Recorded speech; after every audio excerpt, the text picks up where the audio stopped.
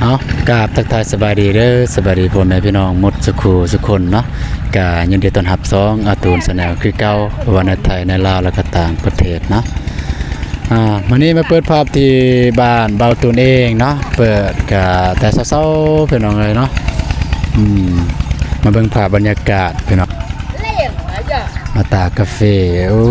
ยแต่ว่าช่วงนี้นี่มีแต่กาแฟหลายพี่น้องเนาะบางคนก็ตอนงัวตอนควายเข้าคอกเข้าปลาเขาดงพี่น้องเลยเฮียนบางคนก็กำลังไปทำเฮียน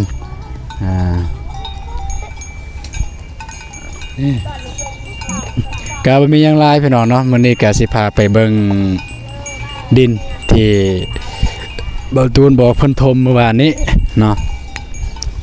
แล้วมันเป็นจังใดพี่น้อยเนาะเดี๋ยวสิพาไปเบิ่งแล้วมันจักขันแล้วเพราะว่าเบาตูนให้ทางเอาของเบาตูนเบิ่งให้เมื่อวานนี้เบาตูนก็ยังบ่ทันได้เบิ่งเทื่อพี่น้องเอ้ยเพราะว่าเมื่อวานนี้กลับแต่บ้านนุ่งบองค่ำพี่น้องเอ้ยค่ำแล้วก็บ่ได้มาอัปเดตให้พ่อแม่พี่น้องได้เบิ่งพี่น้องเนาะลายเลยสัตว์สาวสิงพี่น้องเอ้ย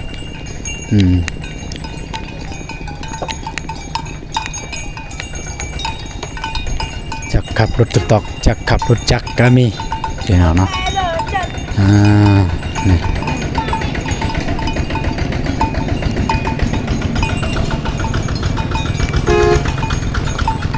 รถจกออกมาแล้ว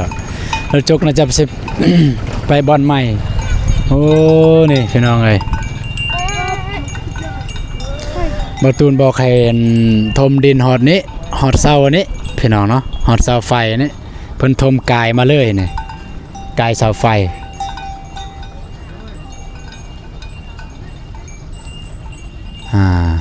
เพราะว่านี่เป็นดินหลวงดินหลัดดินหลวงนี่มันมี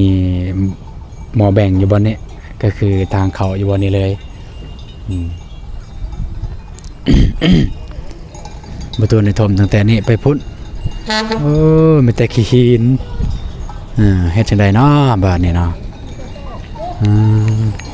นี่หัวก็บ่ทันได้มางซ้ำเพิ่นทมเลยจักสิมางจังได๋หัวบ้านนี่เหล็กนี่พี่น้องเอ้ยประตูยังบ่ทันได้มางซ้ำโอ้สบายดีเด้อครูสอนอยู่บ้านนะสิมางจังได้บ้านนี้พี่น้องเอ้ย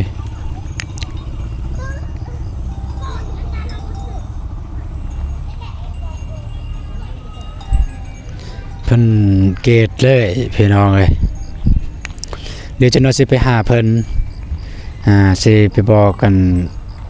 ช่วยๆเพิ่นละซึ่งทมพี่น้องเอ้ยเพราะว่าประตูยังสิได้มางตัวนี้สิหาไอ้น้องมามางนี่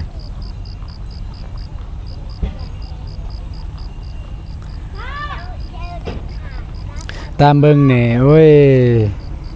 คือสิบ่พอดอกพี่น้องเนาะตามเพิ่นว่า30คันว่าเขาจะทมไปพุ่นเลยแต่ว่ามันรู้สึกว่ามันกว้างโพดแล้วเนี่ยรู้สึกว่ามันกว้างโพดแล้วนี่พี่น้องเอ้ยแล้วว่าทมซ้ำที่สิเฮ็ดบ่เนาะสิเฮ็ดซ้ำใดจึงทมซ้ำนั้นบ่นี้ก็ปะไว้ก่อนบนลุ่มเนี่ยปะไว้ก่อนบนลุ่มเนี่ยตัวนี้กาแฟก็ยังงามแน่แต่สิทมบนตัวอยู่นี่บนสิเฮ็ดเดี๋ยวบนนี่เลยสิบนนี่จึงทมน้ำลังพี่น้องเอ้ยเบื้องนี่ทมน้ำลังกาแฟยังงามอยู่เดี๋ยวจะให้เพิ่นทมเฉพาะแต่เบื้องนี้ซื่อเฉพาะแต่อยู่นี่ซื่อให้เพิ่นทมแต่เฉพาะแต่นี่ไปกล้วยพุ่น แต่ว่าแม่ยังทันได้มาเก็บ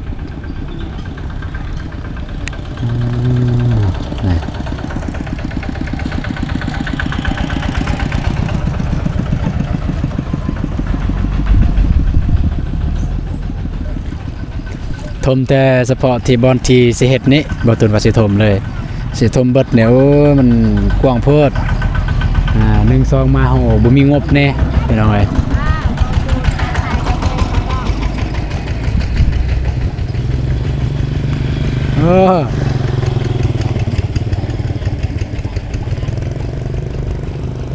พวกกัน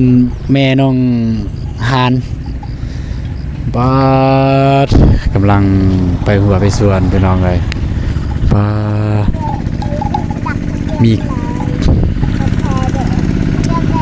อันนี้บ่แม่นคนบ้านเบาตูนอันนี้บ้านแต่บ้านอื่นมาครับจ้าง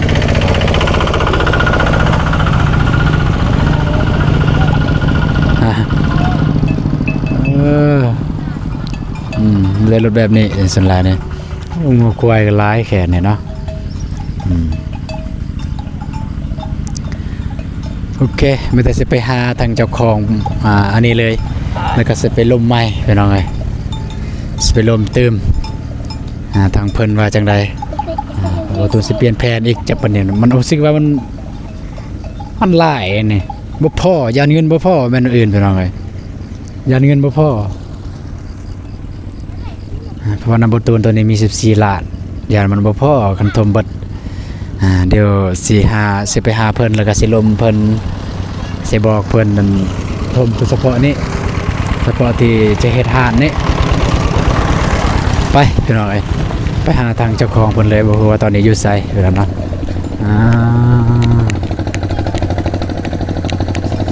รถลายเลย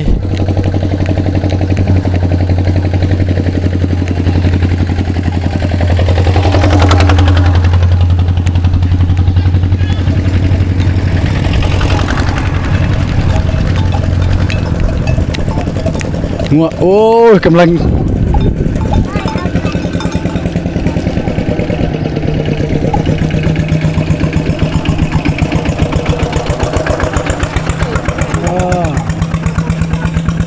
น้องบ้องไปน้องเลยไปส่วน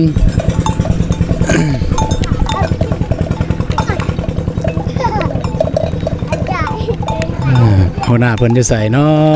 ะสิไปล่มทั้งหัวหน้าเพิ่นเลยพี่น้องเลย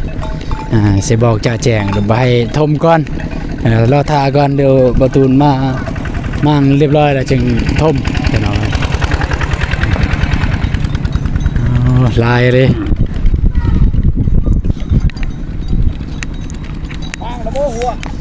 ยังสบายดีหัวหน้าเพิ่นอยู่ไสหัวหน้าเพิ่นอยู่ไสเอารถจกเอารถจกไปพุ่นยังสิล่มกับเพิ่นนิดนึงว่าเมื่อวานนี่มันทมเกินไปพุ่นล้มน้ำเอื้อยนี่ก็ได้บ่เอาบ่ฮอดนี่ก็ได้นี่เพิ่นน้ำเพิ่นบ่เอาบ่ฮอดไผเอาบ่ฮอดโอเคกันซั่นก็เอาบ่ฮอดบ่แบงเขาว่าบ่เป็นบ่เป็นหยังให้ลูกไปเบิ่งไม่แต่ว่าสิพาไปเบิ่งกันนะแล้วก็สิบอกบอลทมลุกมาขึ้นก็ได้นะคุณแห่งอย่างไอ้เกาะบ่เป็นหยังนี่มันข้างมันตาดิโอ้บ่ได้ถ่ายหน้าดอกบ่ได้ถ่ายใส่หน้าดอกข้างมันตาดิบ่เป็นนะไปหยังเอาไปซั่น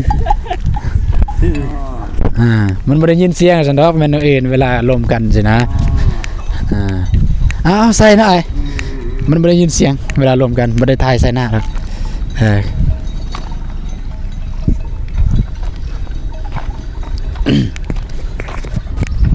แล้วบ่นี่แล้วเลยบ่นี่ยังนี่มาปั๊บเอามาใส่เอารถจกไปใส่มื้อนี่ปั๊บอยู่เนาะจะคงไผดิตัวอยู่บนคอยเห็นบ่อยู่บนนั่นแค่แน่ดอกมีดินลายแค่นั้นมันแต่ดินแค่แน่เนาะอยู่นี่มันแต่ขี้หิน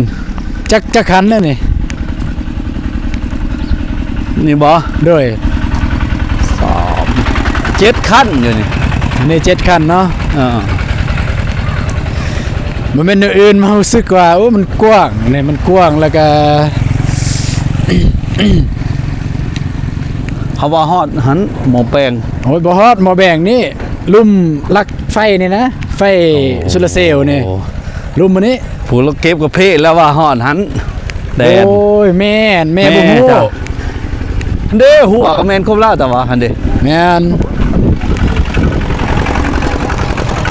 โอ้ฮอนนี้โอ้เพิ่นใกล้อีหลี โอ้อันนี้กายอันนี้ดินล่วงแล้วนี่ แม่นบ่ฮอดเพียง ด้ว บ่ ย โอ้ใกล้อีหลีเขาดูดมา ใกล้ บ่ยะ อันนี้ดินล่วงเลยนี่เด้ เออ นี่ดินกระเจ้าแล้วนี่ ดูดมาคืนมันก็ดีดอกมันจังได้หลาย เด้ยมีแต่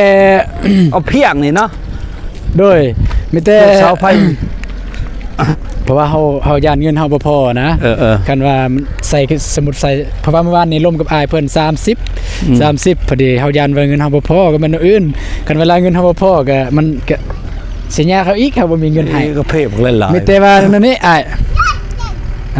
อยากให้ทมระหวางกลางนี่ก่อน อืม อยากให้ทมกลางนี่ก่อนไปพุ่น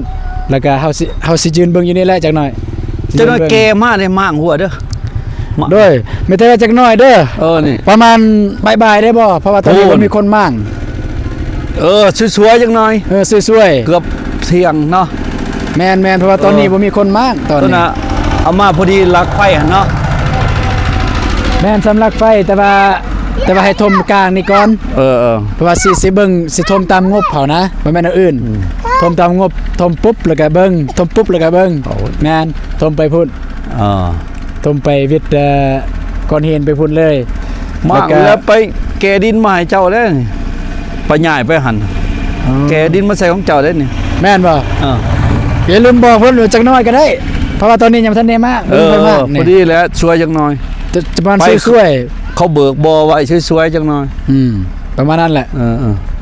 เพราะว่ายังหายน้องมามั่งหลักหัวนี่แล้วก็รถจกเพิ่นไปแล้วที่จริงเนี่ยนะเฮาอยากให้รถจกนี่เพิ่นจกกล้วยนี่ออกบ่ฮู้ว่าทางอ้ายนี่เพิ่นถือบ่กล้วย ตัดออกเลยแล้ว โอ้ตัดบ่ได้ตัดต้องจกออกตั้งโตแกนมันเลยดุดโจกมันไปแล้วดุดโจก มีแต่ว่าโตใกล้หั่นก็ดุดมานี่ เฮ้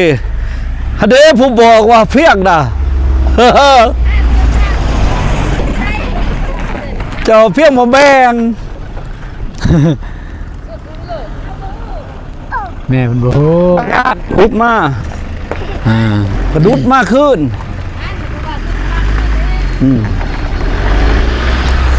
ดุดมาขึ้นมันยังดอกก็ดีเถินมันจังได้ดินหลายไปหอดพุ่นมันจังยาวไปจอดรถมัน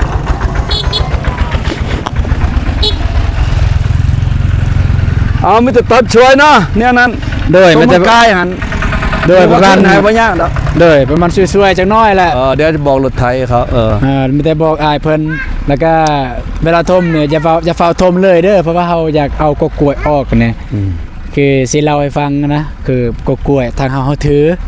กกล้วยมันสิ่งที่มันสามารถแตกหน่อได้มันสามารถโป่งได้เวลาเฮาปลูกเฮือนปลูกสานมันบ่อยากคักอันนั้นนะ ขุดออกเลยแหละ มันแต่รถจกแหละอยากได้รถจกมาจก มันหนีเลยรถโจกมันไปบ่อดิน จกออกจนออกตัวแกนมันเลยนี่แม่กำลังมาเก็บกาแฟเนี่ยเก็บเข็นนี้แหละเราจะน้อยจึงทม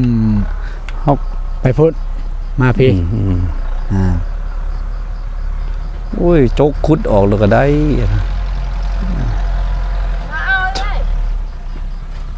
เก็บเลยทางนั้นมาพี่ไปพุ่น หูดเลยเลย มันแก้เบิดแล้วกาแฟนี่นี่แม่กำลังเก็บไปน้องเลยโอเคเด้อสั้นๆเด้อเด้อมีแต่ว่าสวยๆจังน้อยเพราะว่าน้องยังหาคนมาม่างซอยบ่ได้แน่เพราะว่าสิมาผู้เดียวมันก็สิยาก เอารถไทยเป็นยังมางก็จะหางรถไทยแล้วก็ละเอารถ โอ้มันก็ใส่งานบ่ได้แล้วนี่เพราะว่า บ่เป็นสิเฮ็ดแฮะ เพราะว่าเวลามากอันนี้เฮายังสิใส่คืนนี่เพราะว่าดินเนี่ยมันสิเฮ็ดเลยนะมีแต่สิทมไว้แล้วก็ยังสิ ใส่ขึ้นเนาะ นั่นน่ะนะ เรื่องบ่อยากใส่ก็ห้วยรถไทยดึงออกแล้วดึงไปพุ่นเลยทำบ่เพ่ดอกดึงก็ได้ทำบ่ทอคนเฮ็ดดอกล่ะเอามีแต่เอาคนมามากเนาะ มันแต่ว่าสิจักหน่อย คันสมมุติว่าน้องบ่ได้อยู่นี่แล้วว่าเห็นหัวยังบ่ทันได้มางก็จะเฝ้าทมเด้อไม่แต่ว่าน้องมางแล้วน้องสิไปแจ้งเองว่าโอเคเอาดินมาเลย ทบชัวออกไปเด้อล่ะ ฮะ เราก็เป็นของการมาให้กัน กันได้ยังกันเตะกันไปก่อนโลเฮ็ดได้ การไปปลูกกันแน่นทำเลยกันว่ามาอื่นมันแน่นกันอีก มื้ออื่นบ่ได้ทมแล้วมื้ออื่น อะไรอยากทมมื้อนี้ แรกหมด มื้อนี้หันได้เนาะ มันนี่ได้ มื้ออื่นก็มื้ออื่นคนเฮ็ดบุญหลาย อีไปอะไร อ้าว โมย ไม่อยาก มือขัน ที่หมูมันสอน มือขันโมยไปอะไร แต่น้ำมันเก่า ก็เซ็งไปก็เซ็งไปบาดไปไม่ไปแสง ที่หมูมันแล้วมาป่าก็เต้น เซิงอ่ะตาปัดถึงเนาะ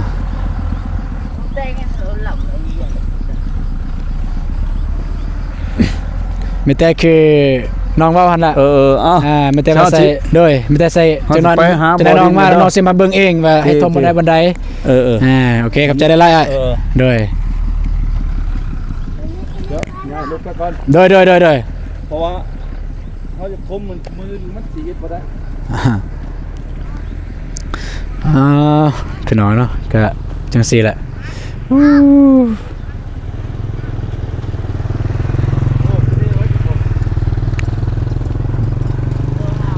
นี่แม่กำลังเก็บกำลังนั่นอยู่พี่น้องเลยจักสิเฮ็ดจังได๋พี่น้องเนาะบ่ตูนก็เป็นห่วงเงินนี่บ่พอพี่น้องเพราะว่าทางบ่ตูนปรึกษาทางทางผู้เจ้าของรถนั่นแหละว่าคันทมประมาณนี้เม็ดใส่ประมาณจักคันเพิ่นก็ว่าประมาณ30คันก็มันถึกอยู่18 ล้านเพิ่นว่าแต่ว่ามาเบิ่งนี่กวางอีหลีพี่น้องเอ้ยมันก็กับเดินเลยมันก็งามเรื่องงามมันก็ได้ทมกวางมันก็งามแต่ว่าเงินบ่พอก็เดี๋ยวจะน้อยจะบ่ตูนสิให้ทางเพิ่นทมสำที่สำงบเฮามีก็คือทมทางกลางนี่ไปก่อนเพราะว่าหลักๆนี่มันบ่ตูนอยากเฮ็ดอยู่นี่แหละอยู่นี่แหละอยู่ระหว่างนี่แหละบ่ตูนอยากเฮ็ดให้ทมอยู่ระหว่างนี้เลยแล้วถ้าเงินยังมีก็ให้ทมเติมยังมีก็ทมเติมยังมีทมเติมเงินเบิดคือเศร้าหยุดไปเด้อ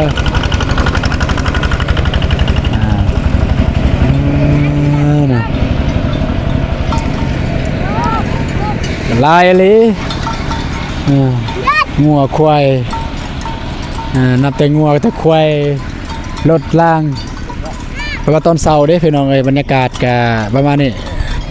ชาวบ้านไปหัวไปสวนก็คือจังซี่ตัวนี้พี่น้องเอ้ยเนาะสำหรับดินเนี่ยมีแต่ทมได้แต่มือนี้มืออื่นเนี่ยมันทางบ้านในจักรลำทางบ้านในจักรลำจะทางบ้านจะบ่ให้เฮ็ดนะบ่ให้เฮ็ดเฮ็ดเวียกเฮ็ดงานว่าซั่นซะเพราะว่าสิเฮ็ดบุญบ้านเพิ่นสิเฮ็ดบุญบ้านอยู่บ้านนี่แหละพี่น้องเอ้ยอยู่ห้วยดำเนี่ยอยู่บ้านบ่าวตูนเองการสิทมได้ก็ทมแต่มื้อนี้แต่ว่าหลังจาก2มื้อได้อีกพี่น้องเอ้ยหลังจาก2มื้อก็คือมื้ออื่นมื้อฮื้อวิทมื้ออื่นมื้อฮื้อนี่มันเฮ็ดได้อีกประมาณนั้นพี่น้องเอ้ยหรือบ่าวตูนสิให้เพิ่นหยุดก่อนบ่เนาะหรือว่าให้ทมก่อนสัมทีงบที่มีเพราะว่างบก็เว้าเรื่องงบก็ยังบ่ทันพอพี่น้องขนาดสำทมดินก็ว่าโอเคก็บ่เป็นหยังพี่น้องเอ้ยเนาะได้ทมดินก็ถือว่าโอเคแล้วเฮ็ดเทื่อละหน่อยเอาเดี๋ยวถ้ามีเงินก็จังซื้อเทื่อละอันเทื่อละอย่างพี่น้องเอ้ยบ่ฟังบัดนี้ก็ทมดินไว้ก่อนแล้วก็บัดหน้าก็จังซื้ออุปกรณ์อื่นซื้อเหล็กซื้อปูนซื้อทรายซื้อแฮซื้อบล็อกจึงมาเฮ็ดบาทเดียวบาทนี้แล้วสิเบิ่งว่ารูปหน้าตาแบบใดแล้วก็มี มี FC เพิ่นเสร็จมาบอกว่าคันอยู่ไทยในกายลักไฟเพิ่นว่ากายลักไฟอันนี้มาพี่นั่นมันเป็นดินของหลวงเพิ่นว่าดินเฮานั่นมันตั้งแต่พุ่นไปพุ่น เพิ่นว่าตั้งแต่ลังเสาไฟเนี่ยไปถึงมันดินเฮาเพิ่นว่าแล้วก็ตั้งแต่หน้าเสามาฮอดหน้าทางนี่มันดินหลวงบ่ตูนสิอธิบายแนวนี้พี่น้องเนาะแม่นลักก็คือลักเสาเนี่ยลักเสามันบ่ใต้โตเพิ่นบ่ได้ปลูกบอนแดนนะพี่น้องเอ้ยแดนที่ระหว่างหลวงกับประชาชนก็คือลักหัวพี่น้องนี่ลักหัวนี่มันมีตะกี้มันมีเดี๋ยวบ่ตูนสิไปเบิ่งมันมีเพิ่นปักลักปูนไว้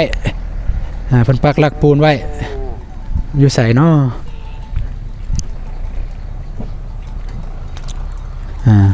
บ่เห็นแหละเพิ่นจะปักหลักปูนไว้พี่น้องเอ้ยเพิ่นจะปักหลักปูนระหว่างแดนประชาชนกับแดนของรัฐก็คือทางนั่นแหละพี่น้องเอ้ยก็คือประมาณนี้ตามของบ่ตูนประมาณนี้เลยคือเฉพาะอยู่นอกนี่มันของรัฐแล้วนะแต่ว่าไปในพุ่นนี่มันของบ่ตูนอันนี้หลักเสาไฟฟ้า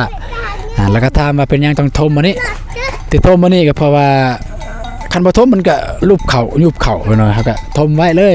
กองรัฐก็ยาเฮาทมแต่ว่าเฮาก็ประกอบส่วนดินรัฐให้งามว่าซั่นซะเวลาภาครัฐเพิ่นมาเพิ่นก็บ่ได้จอดรถจอดรางก็ประมาณนี้พี่น้องเนาะสำหรับดินของบ่ตูนแต่ว่าจักน้อย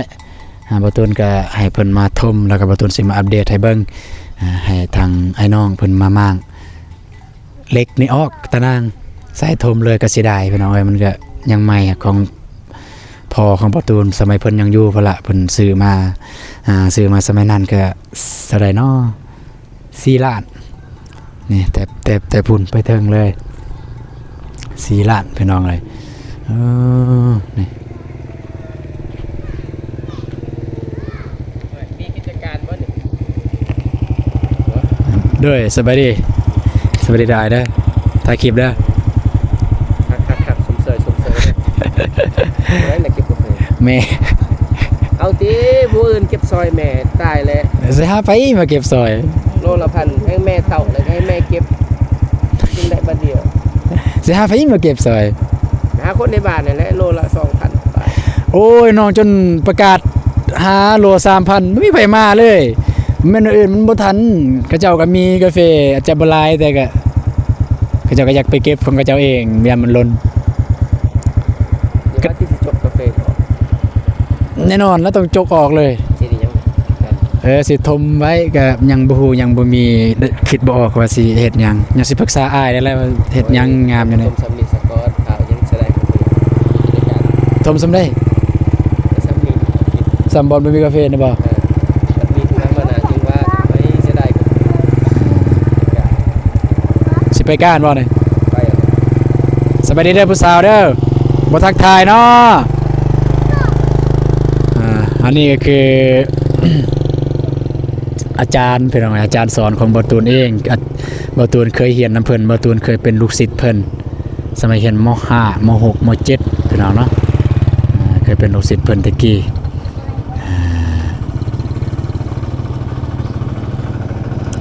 เขาจะได้อ้าย ไม่ได้บ้างบ่ผัว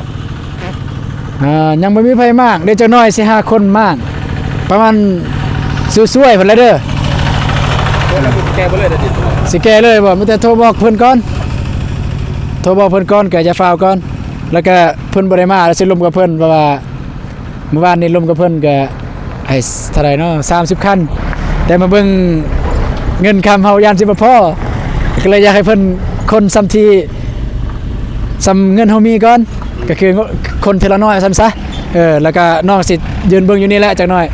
ให้เพิ่นทมทางกลางนี่ก่อนแล้วก็เบิ่งเงินไปนำ เพียงขอบคุณบ่ แม่นเพียงอยากให้ทมฮอดระหว่างกลางนี่ก่อนก็ได้เพราะว่ายานว่าเงินเฮาบ่พอนะเป็นอื่นดอกถ้านั่นก็คือ จะให้เอาน้ำจับเดี๋ยวเอาก้อนแล้วค่อยหยิบแป้งนี่ค่ะ โอ้ยานมันสิเพเลยตะนางนี่ พอแล้วเอาออกก่อนแล้ว ยานมันสิเพตะนางนี่มันอื่นดอกยันตะนางมันสิเพราะเฮายังสิใส่อีกตะนางนะมันแต่ว่าบอกเขาหน้าเพิ่นเด้อ ว่าจักหน้อยก่อนบัดประมาณช่วยๆเพิ่นแหละเพราะว่าสิหาไอ้น้องเพิ่นมามางอันนี้แล้วก็สิได้มายืนเบิ่งว่าให้ทมบนใดเด้อคันถามแม่เนี่ยแม่บ่ฮู้ก็ถามเมื่อวานนี่ถามแม่บอกว่าพุ่นอันเดกายเลยเพิ่นไปทม เอาพุ่นเลยเลย แล้วมันจะเข้าไปตามทางเลย โอ้ยไปต้องตามทาง บ่แม่นน้องมันเว้านี่ตั้งแต่เช้าโซลาร์เซลล์มานี้ตั้งแต่เช้าโซลาร์เซลล์มานี้ไปพุ่นฮอตหลักนั้นถมไปพุ่นแล้วก็บัดนี้ก็สิถมตามงบเฮาแหละเพราะว่าน้องก็มาเบิ่งงบคืนโอ้ยานสิบ่พอก็เลยอยากให้ถมกลางนี่ก่อนเพราะว่าหลักๆในมันเฮาถ้าเฮาสิเฮ็ดเฮือนเฮ็ดทานก็อยู่กลางนั่นแหละอยู่นี่นะก็ถมนี่ก่อนเดี๋ยวทางอื่นมันบ่พอก็จึงค่อยว่ากันถมบนนี้ก่อนจักหน่อยแล้วก็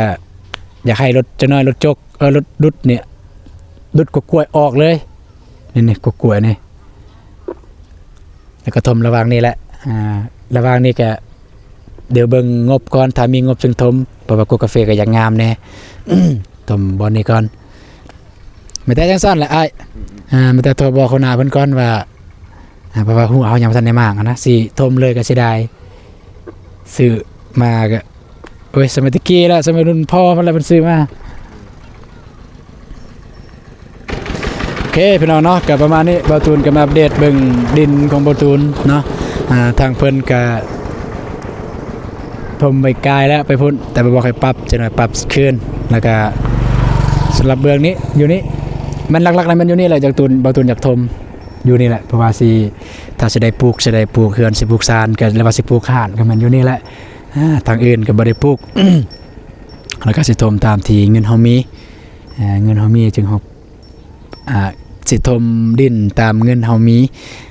เงินเฮาสำใดสิถมไปสำนั้นถ้าบ่พอก็จึงโจะแล้วก็จึงค่อยว่ากันไปเนาะโอเคสำหรับคลิปนี้บ่าวตูนก็สิขอจบคลิปเพียงเท่านี้ก่อนแต่ว่าเจอกันในคลิปต่อไปพ่อแม่น้องเนาะสำหรับคลิปนี้บ่าวตูนขอกล่าวคำว่าสำบายดีเด้อพ่อแม่น้องเนาะเมื่อกี้นี่เห็นอยู่น้องบองเพิ่นไปเวียกเพิ่นน้อยไปเก็บกาแฟบ่าวตูนโทรหาเพิ่นว่าเพิ่นจำเป็นเพราะว่ากาแฟเพิ่นล้นก็บ่ว่ากันแต่ที่จริงบ่าวตูนก็สิลงไปหาเพิ่นอยู่แล้วก็สิเอาเพิ่นน้องเพิ่นมานำนี่มายืนอย่างเดียวบนนี้แหละแต่ว่าน้องเพิ่นคาเวียก็บ่เป็นหยังเดี๋ยวมื้อหน้าจึงว่ากันพี่น้องเนาะไปแล้วพี่น้องเอ้ย